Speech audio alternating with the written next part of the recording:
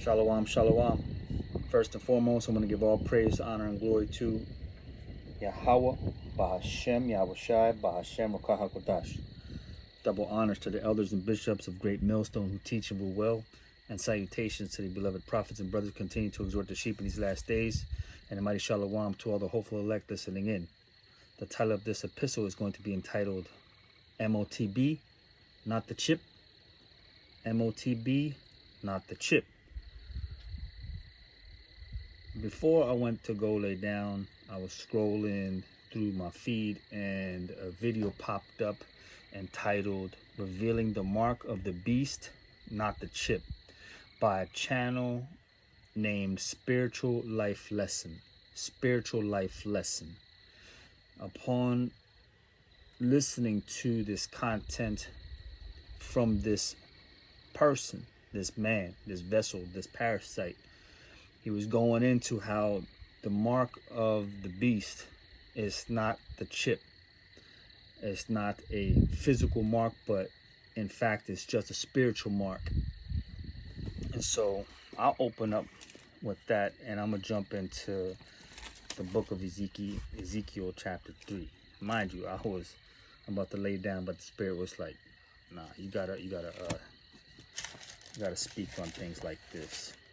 So Ezekiel chapter 3, starting at verse 17, it says, Son of man, I have made thee a watchman unto the house of Yasha'Allah. Therefore hear the words at my mouth and give them warning from me.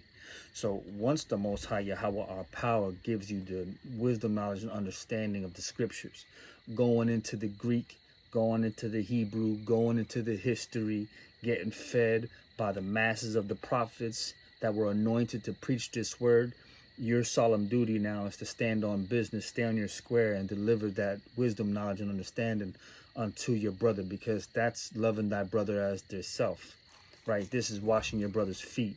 You wouldn't want your one of your tribesmen continue to walk in a barren land, not receiving that water to be washed with. So it's a solemn responsibility to combat these false teachers and false shepherds with the ability of putting up lies out there on the public forums and platforms and misleading people. So Ezekiel chapter 3 verse 17, it says, Son of man, I have made thee a watchman unto the house of Yasha'Allah. Therefore hear the words at my mouth and give them warning for me. When I say unto the wicked, thou shalt surely die, and thou givest him not a warning, nor speakest to warn the wicked from their wicked way, to save his life, and the same wicked man shall die in his iniquity, but his blood will I require at thy hand. Yet if thou warn the wicked, and he turn not from his wickedness, nor from his wicked way, he shall die in his iniquity, but thou hast delivered thy soul. And again, we don't want anyone's blood on our hands, and it's our solemn duty to respond in like manner. You know, when these wicked adversaries, they don't sleep, they work day and night. There's plenty of them. The harvest for them is, you know, plentisome, but for the elect, we have to be on guard as a shepherd day in and day out and reporting.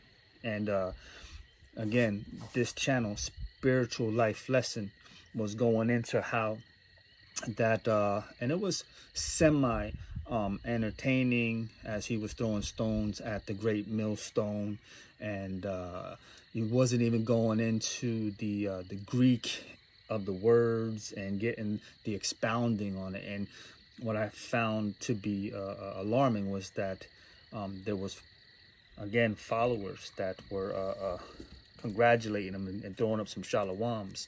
So we have to stay on guard and be very mindful of these false teachers and false prophets and false shepherds that are being risen up to cause deception. And it's our duty to you know, cast down lies and strongholds.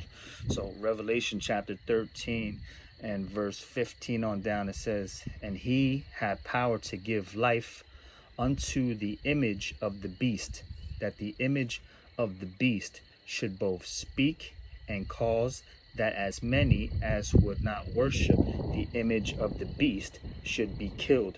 So these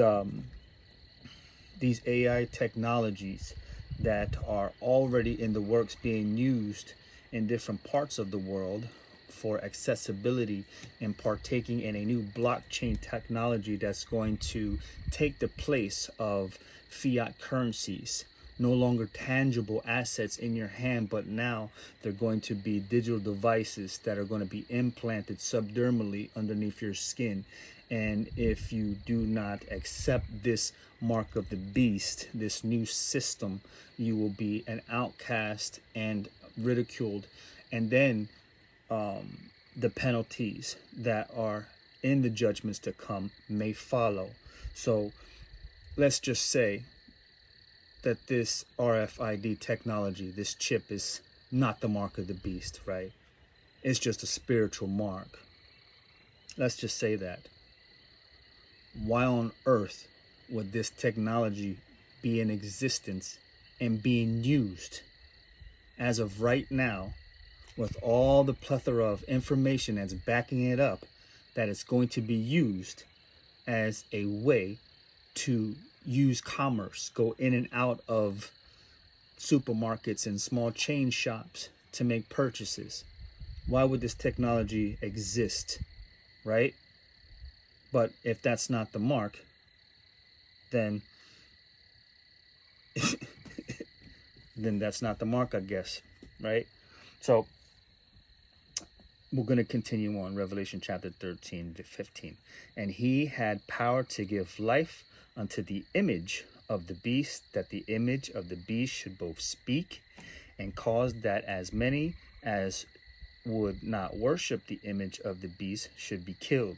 And he causeth all, both small and great, rich and poor, free and bond, to receive a mark in their right hand or in their foreheads. It says he causes all to receive a mark.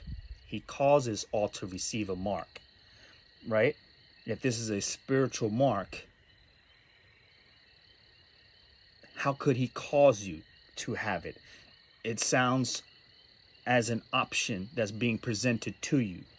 It's being caused to happen to you. And he causeth all, both small and great, rich and poor, free and bond, to receive a mark. This includes children, right? This includes children too. And you go into that word mark.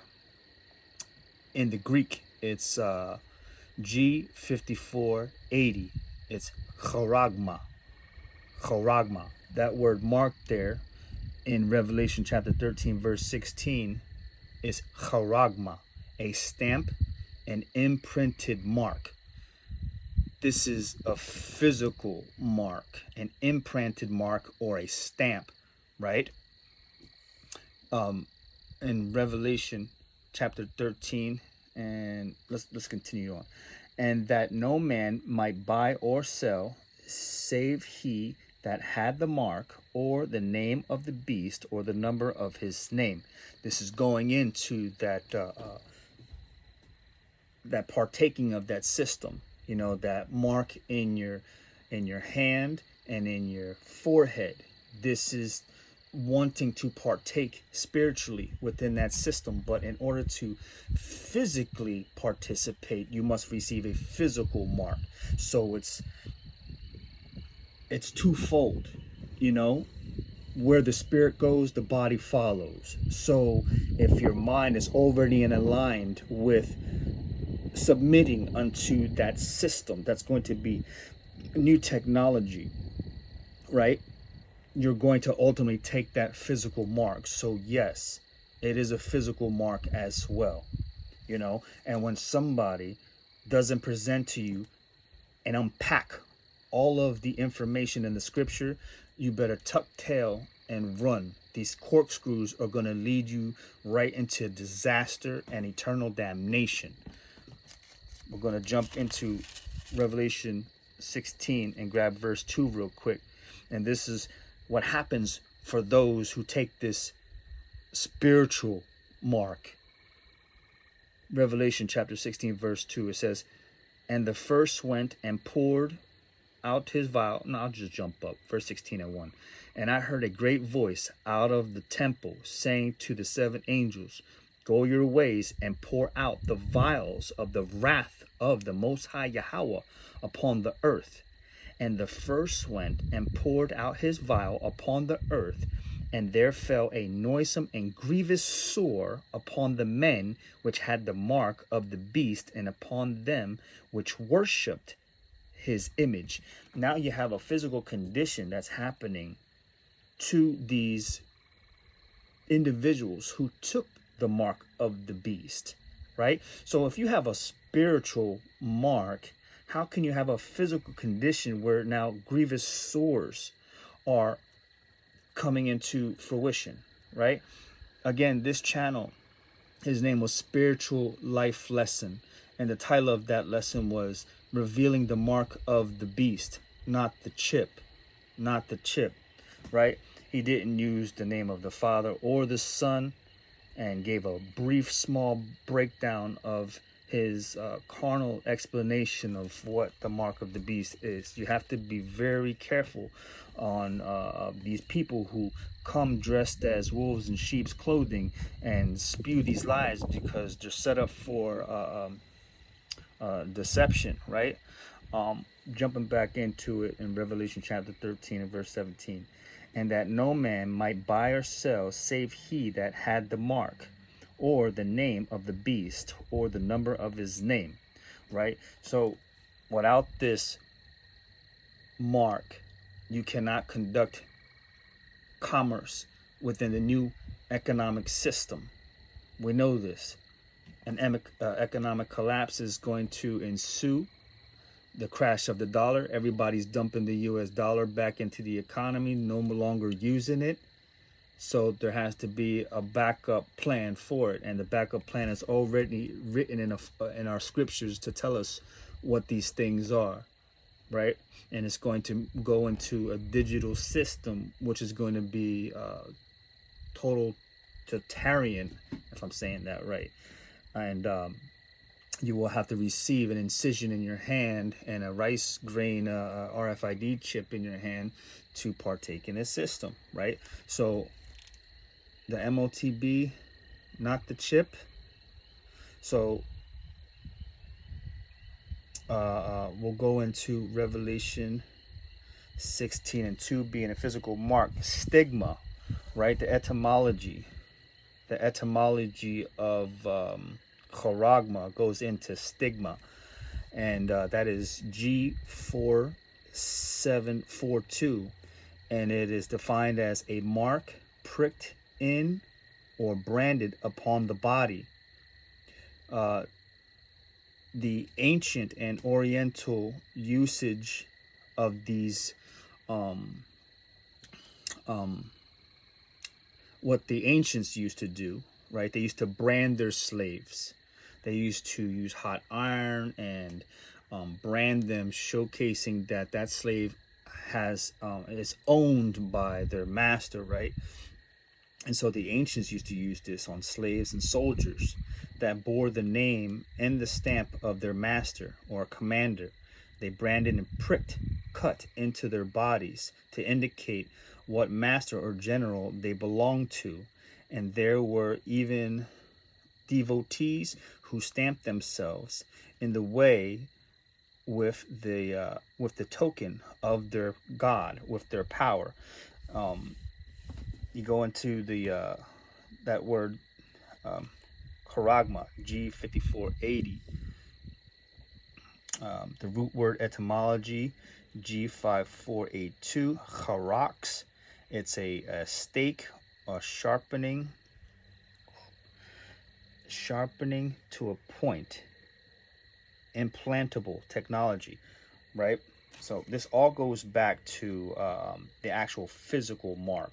So yes, there's a spiritual connotation to receiving the mark of the beast, but further than that, when you go into the actual etymology of the word mark in the scriptures, it showcases that it's an actual incision in the skin receiving receiving a mark, and then ultimately, you know, the grievous sores and so on and so forth. And with all that being said, Revelation chapter 14 and verse 9 and 10 read, "And the third angel followed them, saying with a loud voice, If any man worship the beast and his image, and receive his mark in his forehead or in his hand, the same shall drink of the wine of the wrath of the Most High Yahweh power, which is poured out without mixture into the cup of his indignation, and he shall be tormented with fire and brimstone